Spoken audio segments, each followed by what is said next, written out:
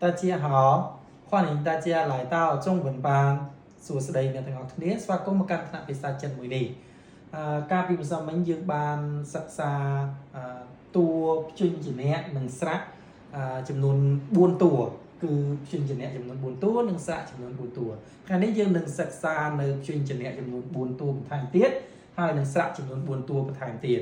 អូខេហើយចំណែកឯបងប្អូនដែលត្រូវការឯកសារភាសាចិននានាបងប្អូនអាចជន់ចូលក្នុង link Telegram ដែលមានខាងលើអរគុណច្រើនកុំឲ្យខាត់ពេលវេលាយូរយើងនឹងធ្វើការអាននៅតួព្យញ្ជនៈរបស់យើងតែម្ដងគឺសឹងមូយើងថាព្យញ្ជនៈថ្ងៃនេះយើងសិក្សាចំនួន4តួគឺឈីទី2គឺស៊ីទី3គឺជឺទី4គឺឈឺចំណែកឯជឺបងប្អូនអាចបញ្ចេញសំឡេងដោយយកអណ្ដាតរបស់យើងកោងទៅទល់នឹងក្អមខាងលើទល់នឹងជើងធ្មេញខាងលើហើយបញ្ចេញសំឡេងជឺនោះបងប្អូននឹងបញ្ចេញសំឡេងជឺយ៉ាងត្រឹមត្រូវ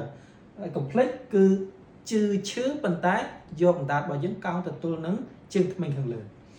អូខេចំណែកឯខាងនេះវិញគឺអ៊ីនមូយើងបកថាស្រៈហើយយើងនឹងសិក្សា4តួបន្ថែមទៀតបន្ទាប់ពីម្សិលមិញគឺអ៊ីចំណែកទី2គឺអ៊ឺ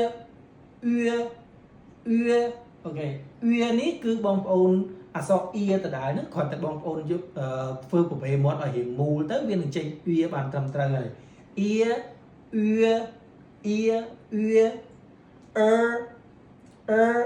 អក្សរនេះគឺបងប្អូន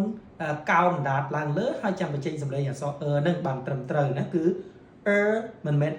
ដូចដែលយើងរៀនកាលពីប្រហែលថ្ងៃមុននោះទេអូខេអានអូខេម្ដងទៀតឈីស៊ីជឺឈឺអ៊ីអានអូខេឥឡូវយើងមកធ្វើការប្រកបរវាងព្យញ្ជនៈហើយនឹងស្រៈតែម្ដងឧទាហរណ៍ដូចជាពាក្យជឺនេះគឺយើងប្រកបជាមួយនឹងអានដូចជាពាក្យចាន់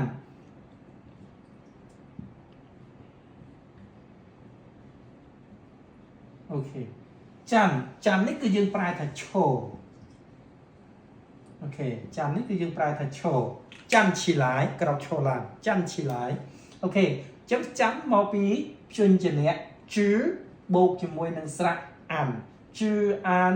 ចានសឺសឹងចាំប្រែថាឈរអញ្ចឹងគឺយើងប្រកបបែបនេះចំណែកតួផ្សព្ទផ្សេងទៀតយើងប្រកបដូចគ្នាអញ្ចឹងដែរនេះរបៀបនៅក្នុងការប្រកបរវាងព្យញ្ជនៈហើយនិងស្រៈ